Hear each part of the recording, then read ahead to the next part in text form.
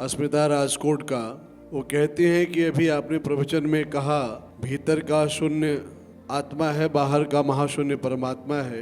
गुरुदेव, ये भीतर का शून्य और बाहर का भरा शून्य का अनुभव तो मुझे हो रहा है, लेकिन यह अनुभव परमानेंट नहीं है, छूट जाता है। तो इस अनुभव को परमानेंट करने के लिए क्या करें, कृपया विस्तार से समझाएं।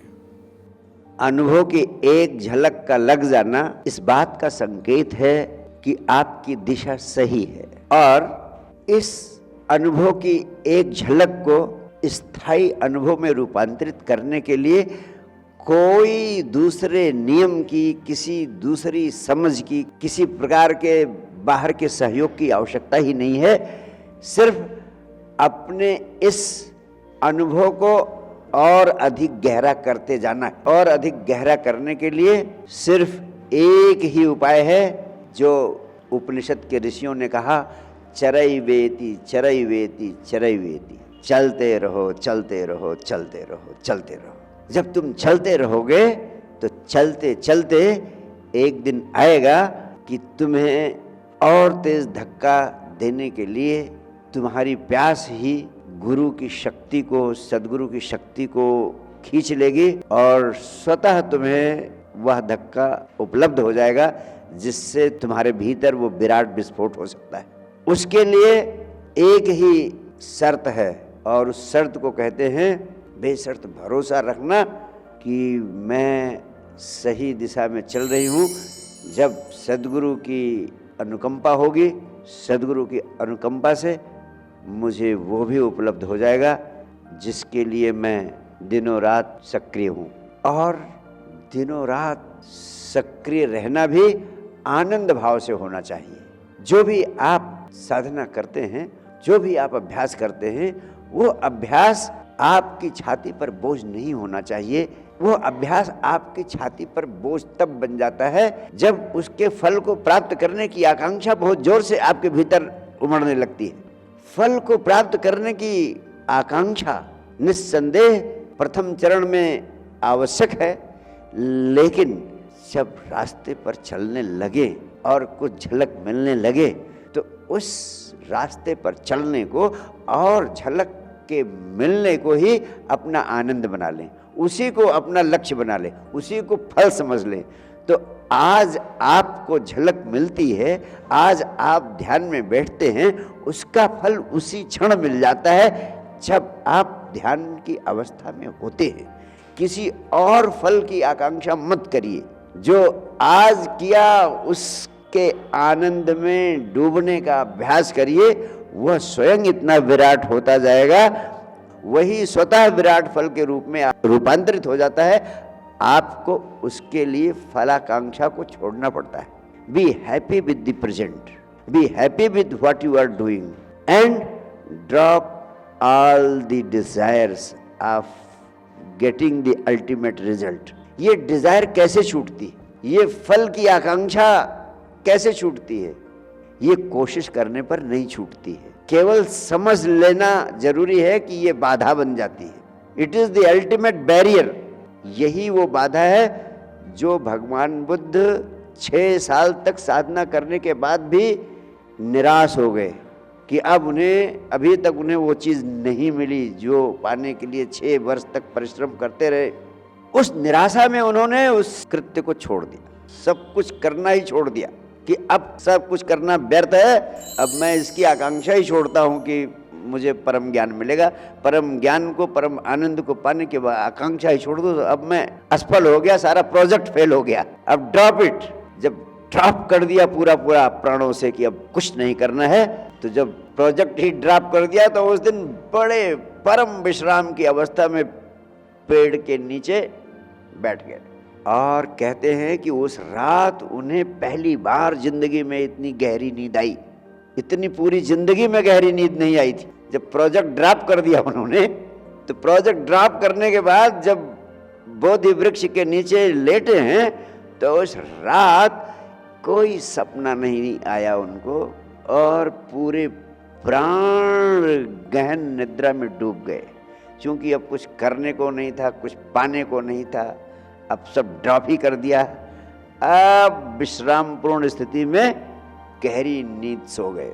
इतनी गहरी नींद में जो अपार आनंद भाव के साथ सोए हैं, सुबह जब उनकी आंख खुलती है, भोर का अंतिम तारा आकाश में टिमटिमा रहा था, जैसे ही वो अस्त होता है, सूरज की पहली किरण उनकी आंखों में पड़ती है और उस पहली किरण के साथ परम आनंद का विस्फोट हो जाता है। तो दो बातें कही जाती हैं भगवान बुद्ध के संबंध में। पहली बात ये कि जब भगवान बुद्ध 6 वर्ष तपश्चर्या करते हैं, 6 वर्ष की तपश्चर्या के बाद उनको परम ज्ञान और परम आनंद उपलब्ध हुआ। दूसरे लोग कहते हैं कि नहीं, जब सारी तपश्चर्या उन्होंने छोड़ दी, सारी तपश्चर्या छोड़ देने के बाद भगवान बुद्ध को परम ज्ञान उपलब्ध हुआ। तो परम ज्ञान को उपलब्ध होने का सूत्र क्या है? सारी तपश्चर्या को छोड़ देना या गहन तपश्चर्या में उतर जाना। कौन सा सूत्र है? छोड़ देना। ये बात सही है, सूत्र यही है, सारी तपश्चर्या को छोड़ देने पर ही परम ज्ञान उपलब्ध हो सकता है। सूत्र अब यही सिद्ध हो चुका है। लेकिन तपश्चर्या को छोड़ कौन सकता है?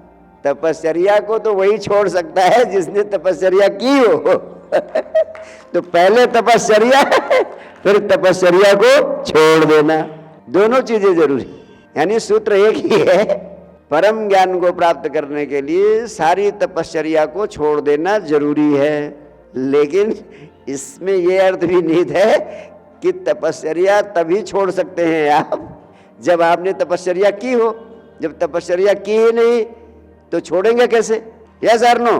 तो पहले ध्यान करना है, ठीक है, और फिर ध्यान अपने आप छूट जाएगा। करते करते अपने आप छूट जाएगा। जैसे अब मेरा ध्यान छूट गया, अब जरूरत ही नहीं है, अब छूट गया। जैसे पहले नाव जरूरी है नदी के उस पार उतरने के लिए, लेकिन एक क्षण आएगा कि आपको नाव छोड़ना पड़ेगा, तभी उस पार उतर पाओगे। जैसे सीढ़ियों पर चढ़े बिना मकान की छत पर नहीं पहुंच सकते हैं, लेकिन सीढ़ियां छोड़नी भी जरूरी है, तभी आप छत पर पहुंच पाएंगे। पहले ध्यान का अभ्यास करना जरूरी है, और फिर एक स्थिति आती है कि ध्यान स्वतः छूट जाता है। ध्यान करना ही अपने में आनंद बन जाता है, फल की आकांक्षा स्वतः समाप्त हो जाती है। और बहुत सारे लोगों ने मुझसे कई बार पूछा कि जब तक कामनाएं रहेंगी तब तक तो विराट चेतना उपलब्ध नहीं हो सकती, परम आनंद उपलब्ध नहीं हो सकता। कामनाओं के रहते हुए परम आनंद उपलब्ध ही नहीं हो सकता। और ये सत्य है, बिनु संतोष न काम न चाही, काम अछत सुख सपने हुना ही। बिना संतोष के कामनाएं नष्ट नहीं होती, और कामनाओं के रहते हुए इस जिंदगी में सुख शांति कभी मिल नहीं सकती।